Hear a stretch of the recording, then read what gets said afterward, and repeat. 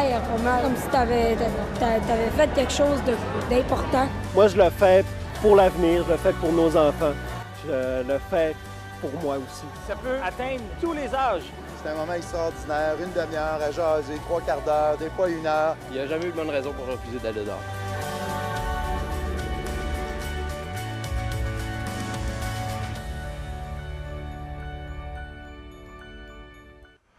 On poursuit, on est en compagnie du docteur Dominique Gagnon pour la chronique santé. Comment ça va aujourd'hui? Ça va très bien, François. Et là, c'est quoi notre thématique ce matin là, pour la chronique? Bien, comme tu vois, hein, ici, là, j'ai apporté une belle pomme puis une belle poire. Oui. Hein? Alors, tu sais que l'automne, c'est la saison des récoltes. Alors, pourquoi ne pas parler de saine alimentation, entre autres, hein, avec les fruits et légumes? Et la pomme, d'ailleurs, qui a son proverbe à elle, hein, qu'on connaît très bien, qui est une pomme par jour. Éloigne le médecin pour toujours, voilà. Mais ça se complète avec à condition de savoir viser. Oui. Effectivement, mais il faut que le médecin... Surtout de ce temps-ci, hein, je vais dire, on s'en fait tirer des pommes de ce temps-ci pas mal. Les médecins. Mais sans blague, c'est un dicton qui, en fait, invite à intégrer les fruits dans l'alimentation quotidienne. Parce que c'est important. Bon, effectivement, il ne faut pas prendre ce dicton-là au pied de la lettre et penser qu'avec une pomme, non. Mais c'est l'idée derrière ça. Ouais. L'idée de dire, on revient à ce qu'on a déjà parlé souvent, d'éviter de manger des aliments transformés. Si on mange des aliments qui nous proviennent directement de la nature, notre corps est fait pour ingérer ça. C'est la façon d'être vraiment en bonne santé. C'est la façon la plus saine de consommer. Exactement. Alors donc, les fruits, je pense que les enfants aiment ça, les adultes aiment ça. Je recommande souvent à mes patients qui ont des fringales, hein, parce que ça peut arriver à tout le monde, d'avoir une belle corbeille de fruits à la maison à portée de la main. Alors, quand on arrive, puis, bon, au lieu d'ouvrir l'armoire, puis malheureusement, si le sac de chips est là ou bon, les mauvais aliments, si on a une belle corbeille de fruits, c'est beaucoup plus facile à ce moment-là de dire, bon, ben OK, je vais prendre une pomme, je vais prendre une poire, et puis ça va aider. Puis ça ne salit pas de vaisselle, c'est à portée de main, c'est pratique. C'est merveilleux, non, vraiment. Et puis, j'ai apporté aussi une pomme, une poire pour commencer à entamer un sujet très important au niveau des saines habitudes de vie, qui est l'obésité. Oui. Alors, souvent, on va entendre parler, quand on parle d'obésité, de la forme pomme et de la forme poire d'obésité. Qu'est-ce que ça veut dire exactement? C'est quand on regarde cette forme-là, la forme pomme symbolise un petit peu l'obésité abdominale. OK? Les graisses que l'on retrouve autour de l'abdomen, principalement chez les hommes, pour des raisons plus génétiques comme telles, et qui sont beaucoup plus dommageables pour la santé, que ce soit au niveau de la santé cardiovasculaire, principalement, que ce soit pour le diabète aussi. Et donc, cette obésité-là est vraiment l'obésité à contrer. Les femmes, elles, vont souffrir d'obésité, mais dans un premier temps, vont souffrir d'une obésité qu'on parle plus de forme poire. C'est-à-dire que les graisses vont se déposer davantage au niveau des hanches. Hein?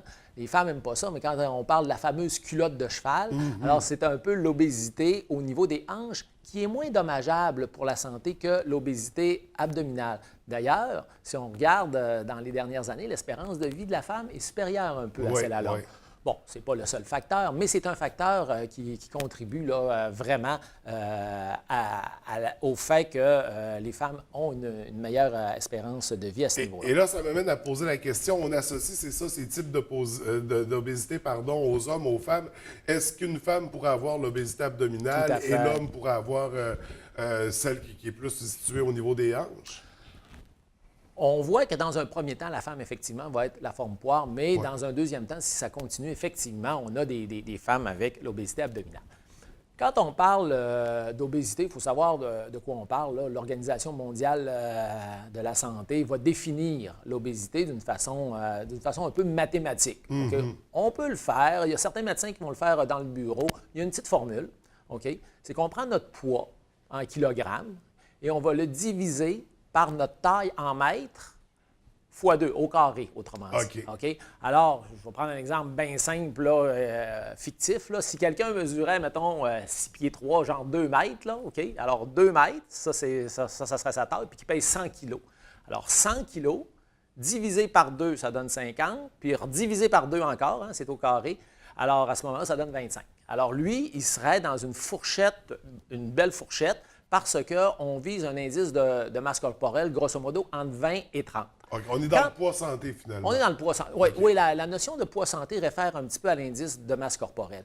Il y a une limite, effectivement, là, à ça. Quelqu'un qui a soit des gros os à la naissance, quelqu'un qui est très mésomorphe, qui est musculaire. Donc, mais c'est quand même ça qui est retenu comme mesure. Alors, l'indice de masse corporelle, à partir de 30, on va parler d'embonpoint, OK, parce que c'est un continuum. Et à partir de 35, là, on va vraiment parler d'obésité morbide. Hein? Okay. Alors, quand on entend des fois des gens qui vont avoir une gastroplastie, hein, qui vont se faire opérer ou brocher l'estomac, comme des fois on entend dans le jargon.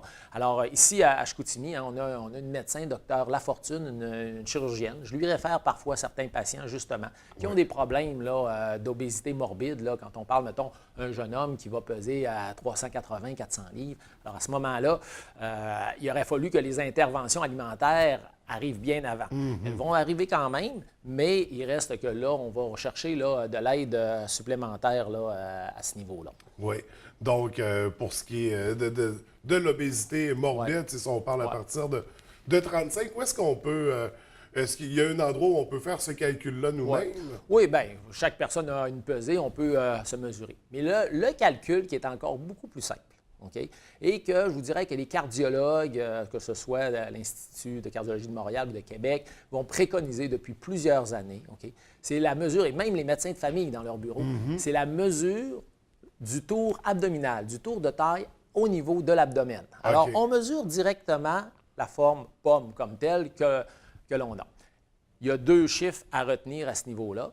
Si on est au-delà de 40 pouces ou de 102 cm chez l'homme. Alors, tu sais, des fois, on le sait un peu là, par nos pantalons, qu'est-ce qu'on prend, là, ça donne une petite idée, mais là, c'est encore plus sévère parce que là, on est en haut du port de la ceinture.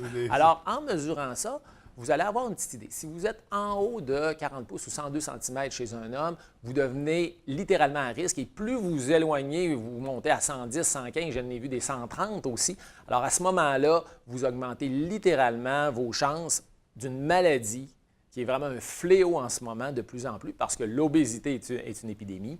Alors, c'est le diabète de type 2. Alors, donc, l'obésité est directement reliée au diabète de type 2 qui, lui, va être relié vraiment à des problèmes cardiaques, des problèmes au niveau des reins, des problèmes au niveau de la vue. Hein? On parle de rétinopathie diabétique. En fait, je ne veux pas rentrer dans le détail parce qu'on va avoir d'autres chroniques éventuellement là, pour parler de ça, mais retenons ça. Et la balance comme telle a sa place chez soi aussi. On va entendre souvent des nutritionnistes ou même des médecins « Ah, ça ne donne rien de se peser » puis tout ça. Je mettrai un petit bémol à ça. OK, pesez-vous pas 3 fois par jour. Là. Effectivement, c'est ça. Par contre, si pour vous, c'est plus simple d'embarquer sur une balance comme pour la majorité des gens, après que vous ayez mesuré votre tour abdominal, il va y avoir un lien nécessairement entre votre perte de poids et votre perte de centimètres autour là, du ventre, là, si c'est le cas.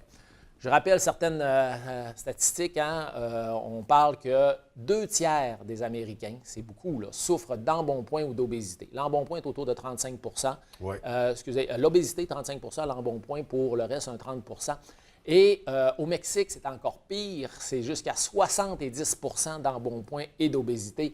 Là-bas, c'est un fléau. Ils ont des problèmes majeurs. Ils ont même initié quelque chose qui se parle beaucoup en ce moment ici au Québec, c'est-à-dire la taxation sur les boissons gazeuses, sur les boissons sucrées. Alors, eux, ils ont ça. Il y a d'autres pays dans le monde qui ont commencé à prendre cette voie-là. Ça se discute énormément au Québec. Ça ne sera peut-être pas demain la veille qu'on va avoir ça, mais on voit qu'il y a de plus en plus de spécialistes de la santé, les pédiatres aussi, là, qui poussent à cette idée-là. Parce que le problème d'obésité, maintenant, est rendu un problème de pédiatrie. Je lisais justement un article ce matin là, qui vient tout juste de sortir d'une pédiatre endocrinologue de Sainte-Justine à Montréal qui disait que près du tiers des enfants québécois vont souffrir d'obésité ou d'embonpoint. Alors, déjà, on se rend compte que l'obésité qui mène au diabète de type 2, tu sais, grosso modo, un diabète de type 2, c'est un diabète de l'adulte. Mais là, on a des jeunes enfants ou adolescents, préadolescents, qui, à cause de leur embonpoint, vont déjà être sur de la médication, vont déjà prendre de l'insuline. Et ce n'est pas le diabète génétique de type 1, c'est vraiment relié à l'alimentation et aux saines habitudes, ou aux mauvaises, je devrais dire, aux mauvaises habitudes de vie. Alors là, je pense qu'il y a, avec nos deux fruits, le message d'aujourd'hui, s'il y en a deux vraiment, écoute, la corbeille de fruits, c'est essentiel. Les fruits, c'est bon pour la santé. Et l'obésité... Et l'autre corbeille, c'est pour les cochonneries. Oui, exactement. Et l'obésité est vraiment un problème de santé publique. Je ne vais pas donner les chiffres pour le Canada ou la région, mais c'est autour de 50 Ouais. Et on est moins pire que les Américains ou que les Mexicains, là. Mais on a vraiment un travail à faire à ce niveau-là. Parce qu'il y a urgence, parce qu'il est rendu minuit et quart par rapport au problème. Là.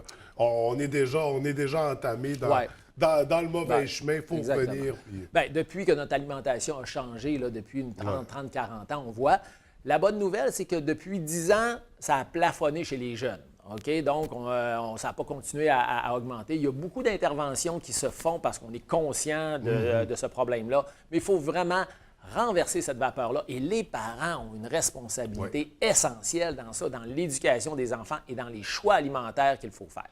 Alors, donc, on va avoir l'occasion d'en reparler de cette épidémie-là d'obésité qui sévit. Comment, par les saines habitudes de vie, on peut contrer ça pour avoir une bonne santé, faire diminuer nos coûts aussi. Hein? J'y reviens toujours. On le fait pour soi, mais on le fait aussi pour l'ensemble de la collectivité. Oui. On met 34 milliards par année au Québec dans notre système de santé. Absolument. Alors, je pense que ça commence, si on veut changer ça, ça commence par soi, ça par nos concerne initiatives. tout le monde. Tout à fait. Donc, on poursuit cette belle discussion-là la semaine prochaine, mais pour l'instant, c'est tout le temps qu'on avait. Merci beaucoup, puis à très bientôt. Ça me fait plaisir. Bye-bye. Bonne journée.